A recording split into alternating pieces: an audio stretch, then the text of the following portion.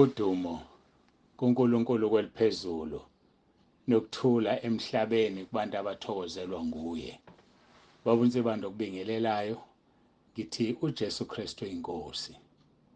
Ukuthula makube nawe lapho ongilalele ukhona nalapho ungibuka ku-YouTube. Siyambonga uNkulunkulu kakhulu, siyamdumisa. Akekho ofana naye, akekho futhi onjengaye. Sibonga usuku akasiphe lona. Ngibonge kakhulu kwabalalelayo ngokuminimize noma ngokunciphisa ama-messages kulethwa adingekayo ngempela. Noma ikhona-ke imithonseyana ekhohlwayo ethumela ama-voice note. Ngazi noma ukukhohlwa noma ukukhombisa ukuthi abalaleli abavuli nje ekhaya lezwi. Qhamuka umuntu esenenkinga esefuna lokho akufunayo, kanti imikhuleko niyinikeziwe bazalwane ibasizile abanye, nawe izokusiza. Ngale kwalokho ngiyabonga ngoba njengamanje ngibhizi ngendlela emangalisayo. Nansi isemina noma imvuselelo yabafundisi sisemome, ngisemkhulekweni. Ngihlezi nenkosi, ngiyanikwa izinto okufanele ngizenze nokufanele ngizikhulume ngemvuselelo. Manje-ke isikhathi sika-WhatsApp asikho ngempela. Kodwa-ke ngiyambonga uNkulunkulu kakhulu ngani nini enilalelayo kunomvuzo ukulalela. And ukungalaleli kuyisono futhi kunesijeziso. Bagcwele abazalwane esihogweni ngenxa yokungalaleli umoya ongcwele, ngenxa yokungalaleli izinto umoya ongcwele azikhuluma ebandleni. Siyabonga kakhulu, siyamdumisa uNkulunkulu. Ngiyacela ukuthi singene emkhankasweni wokukhuphula ama-subscribers kababa umfundisi uJali. Naye unezinkonzo azifakayo ku-YouTube. Ngiyacela ngingasho ukuthi sesimile thina, kodwa kakhulu asebe-subscribe-ile, usubscribe kabili. Ngiyacela ke be-subscribe ngapha kubaba uJali. Sesingaphezulu kwe-1000. Lokho kuyangithokozisa, ngiyabonga kakhulu, ngiyabonga. Ngakho ngiyacela-ke simxhase, subscribe ubaba umfundisi wethu uJali ose-Centurion ePretoria. Siyambonga uNkulunkulu, uJesu Kristu uyinkosi. Masikhuleke.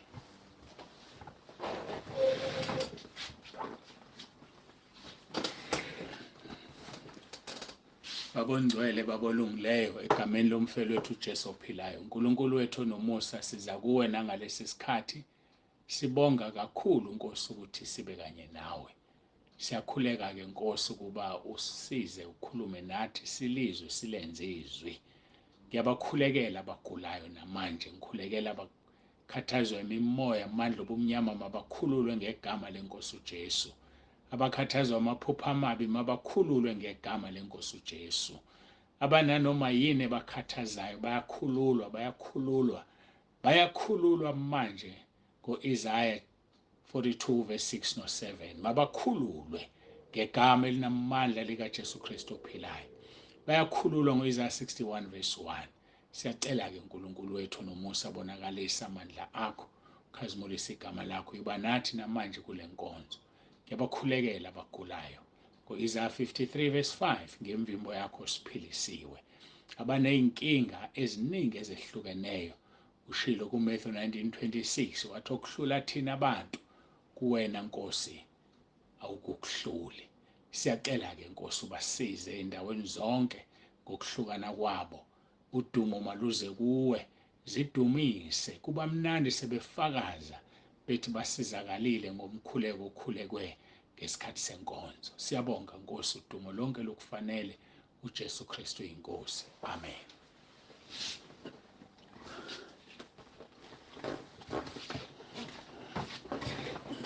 Siyambonga-ke uNkulunkulu wethu kakhulu, siyamdumisa. Bangcwele, akekho ofana naye futhi akekho njengaye. Sizoya-ke ezwini lethu lenkosi, Philip chapter 2 verse 9 kuya ku-11. Ngalokho-ke uNkulunkulu wamphakamisa kakhulu, wamnika igama eliphezu kwamagama onke, ukuze kuthi ngegama likaJesu amadolo ongaguqe, wabasezulwini, wabasemhlabeni, wabangaphansi komhlaba, nezilimi zonke zivume ngokuthi uJesu Kristu inkosi kube udumo noma kube inkazimulo kuNkulunkulu Yise. Siyambonga-ke kakhulu uNkulunkulu wethu, siyamdumisa. Izolo besikhuluma kakhulu ngokuhlupheka kwabazalwane.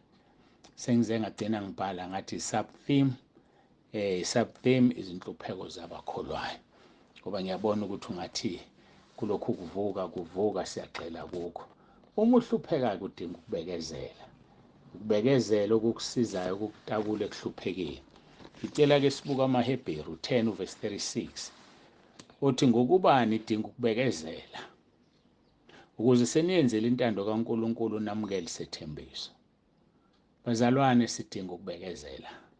Bazalwane, siyakudinga ukubekezela ngendlela emangalisayo kuze kuthi sesiyenzile intando kaNkulunkulu bese samukela isethembiso.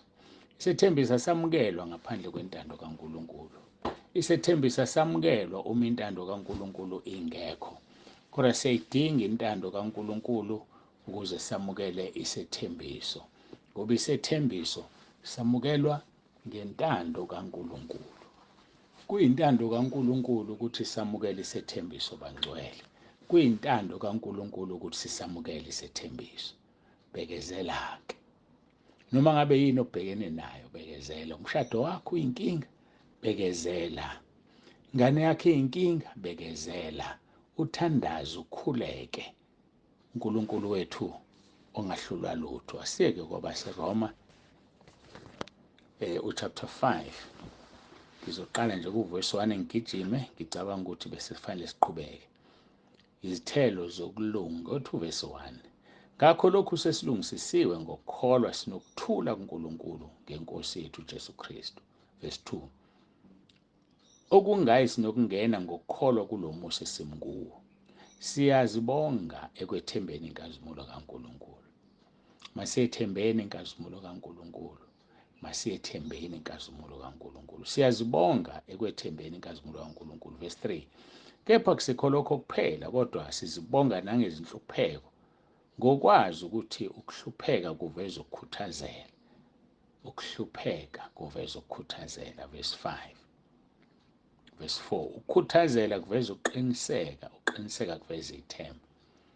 Uma ukhuthazela, uyaqiniseka ngento oyikhuthazelelayo. Uyaqiniseka ngokukholwa kwakho. Uyaqiniseka ngoNkulunkulu wakho. Ngavele ngakhumbula izwi kumaHebheru 11 ochaza ukuthi kuyini ukukholwa, ngoba ngempela siyakudinga ukuqiniseka. Ukuqiniseka kungukukholwa. AmaHebheru 11 verse 1. Kepha ukukholwa kungukuqiniseka ngezinto ezithenjwayo. Masethembeni bese siyaqiniseka. Kuqina ukukholwa kwakho, ngoba ukukholwa kungukuqiniseka ngezinto ezithenjwayo. Kuyiqiniso ngezinto ezingabonwayo. Yabona lento ongayiboni eyiqiniso, that is faith. Yabona lento oyithembayo bese uyaqiniseka, that is faith. Uthi uma ukhuleka uqiniseka ukuthi uNkulunkulu uyakuzwa. Usho njalo phela uHebheru 11 verse 6. Kepha-ke ngaphandle kokukholwa kwenzeka umthokozisa uNkulunkulu. Ngokubozayo kuNkulunkulu kumele ukukholwa ukuthi ukhona nokuthi ungumvuzi walabo abamfunayo. Kholwa ukuthi ukhona. Qiniseka ukuthi ukhona. Yiba neqiniso ngaye engabonwa. Yiba neqiniso. And that is faith. Kuyakhula ukukholwa kwakho. Kuzodiliza intaba. Hey bazalwane, angazi sizoyithini le ndaba. Ive imnandi. Qina ekukholweni. Qinisela ekukholweni. Athi-ke uverse 4. Ukukhuthazela kuveza uqiniseka. Uqiniseka kuveza ithemba. Ithemba lijabhisi ngokuba uthando lukaNkulunkulu lutheliwe enhlizweni zethu ngoMoya oNgcwele simphiweyo. Safunda leli zwi ngase ngithi asihlehle sibone ukuthi kuze kuthiwa umoya ithemba lijabhisi nje bekade kuthiweni. So ukukhuthazela kuveza ithemba. Bazalwane, asikhuthazeleni. Sekuseduze phambili. Noma ngabe umncane ngeminyaka, ngifuna ukutshela sekuseduze phambili. Kithina-ke sesibadala sekuseduze phambili. Jesu sezobuya azolanda ibandla lakhe. Asikhuthazeleni siqiniseke, kuzoba nethemba, ithemba lijabhisi. Lona elibased kuNkulunkulu, elibekwe kuNkulunkulu, ayalijabhisi. Kunesibusiso ukuthemba uNkulunkulu. Jeremiah 17 verse 7 or 8 uthi verse 7, busisiwe umuntu othemba kuJehova, nothemba lakhe linguJehova. Ubusisiwe lowo muntu, ake uyithathele nasi isibusiso. Ukhohlwe izo zonke izinto ezidaliwe, ukhohlwe izo zonke ezinye izinto eziseceleni, uthembe uNkulunkulu, ithemba alijabhisi. Asibuyeleke ekuhluphekeni obekukhulunywa ngakho, kepha akusikho lokho kuphela, kodwa sizibonga nangezinhlupheko, ngokwazi ukuthi ukuhlupheka kuveza ukukhuthazela. Ukuhlupheka kuveza ukukhuthazela. Abafundi batshelwa, beqiniswa lapha kwizenzo 14 verse 22, baqiniswa ukuthi bazongena ngenhlupheko ezulwini. Uthi verse 22 kwizenzo 14, baqinisa imiphefumulo yabafundi bebaluleka ukuba beme ekukholweni, bethi simele ukungena embusweni kaNkulunkulu ngezinhlupheko eziningi. Ingani nenkosi uJesu yangena embusweni kaNkulunkulu ngeyinhlupheko, thina kasizongena ngazo? Anisifundile ukuthi kuthiwa sizoba izindlalifa noKristu uma sihlanganyela naye ezinhluphekweni. Hayi bazalwane, inhlupheko into yethu, inhlupheko ukudla kwethu, inhlupheko ukuphila kwethu. Hayi, phila ngokuhlupheka, ungapheli amandla, phila. Ngoba uma ungaphili ngokuhlupheka uzoba nenkinga. Phila ngokuhlupheka mntwana baba. Ngikhumbula lapha amahubo 34 athini ngokuhlupheka komntwana kaNkulunkulu. Siqala kuverse 15, athi amehlo kaJehova akubo abalungileyo, izindlebe zakhe uJehova zikukho ukukhala kwabo. Uma ulungile ukhala kanye uNkulunkulu ezwa. Verse 16, ubuso bukaJehova bumelene nabenza okubi ukuba achithe ukukhunjulwa kwabo emhlabeni. Ngizodlula-ke lapho 6:17 sikhuluma ngenhlupheko. Kuthiwa-ke abalungileyo bakhala, uJehova uyezwa, uyabakhulula kuzo zonke inhlupheko zabo, ngoba kusho ukuthi azikho. Somkhumbula uJesu, inkosi yethu, ingena noShadrach noMeshach no-Abednego esithandweni somlilo, yangena nabo, ayiwucishanga umlilo, yahamba nabo. Ithi inkosi, asiphonsanga yini amadoda amathathu eboshiwe, kodwa ngibona amane ehamba ekhululekile emlilweni. Hayi, yazi umlilo washisa izibopho. Mina ngifuna ukukutshela ukuthi inhlupheko zizoshisa amaketanga akubophile, inhlupheko zizoshisa ubugqila. Yikho kuthiwa inhlupheko ziveza ukukhuthazela, ngoba uma uhlupheka uthandaza njalo, uma unosizo usondela njalo uNkulunkulu. Ngesathi usondela njalo amaketanga esona ayaqashuka, kanuke kuhlupha iyasuka. Ingakho ngiye ngithi ngena emkhosini uma unenkinga, ngoba uma usemkhosini uhlezi noNkulunkulu, uma usemkhosini uhlupha umzimba, uma usemkhosini usekuhluphekeni, uma usekuhluphekeni ziyasha izibopho, uma usemlilweni ziyasha izibopho. Bahamba la madoda amathathu ekhululekile, kade ephonswe eboshiwe, ehamba nenkosi uJesu. IBhayibheli lesiZulu-ke liyahlupha lithi indodana yawo uNkulunkulu, kanti cha, indodana kaNkulunkulu, the Son of God. Lisho njalo lesilungu, the Son of God is amongst them. Wabonakala ehamba nawo. Yeza inkosi yababiza, Shadrach, Meshach, Abednego, phumani, baphuma.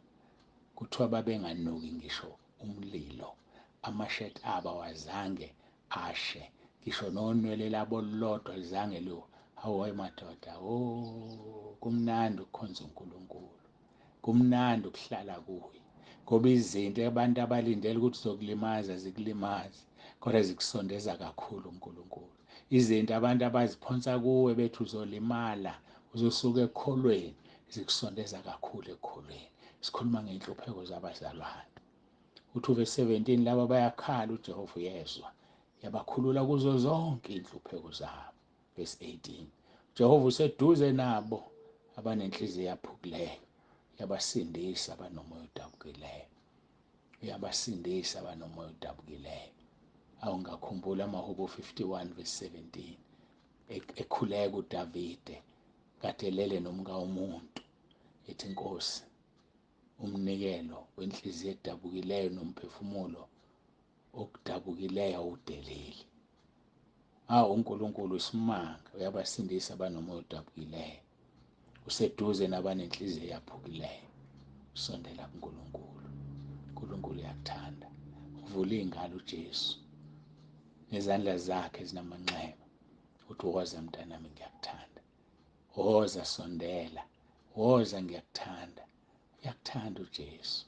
Wabeka ukuphila kwakhe ngenxa yakho, nawe beka ukuphila kwakho ngenxa yabafowenu nangenxa yakhe. Thanda umzalwane wakho njengoba uzithanda wena. uJesu Kristu inkosi. Masikhuleke simbonge uNkulunkulu nangaso lesi sikhathi. uJesu Kristu inkosi.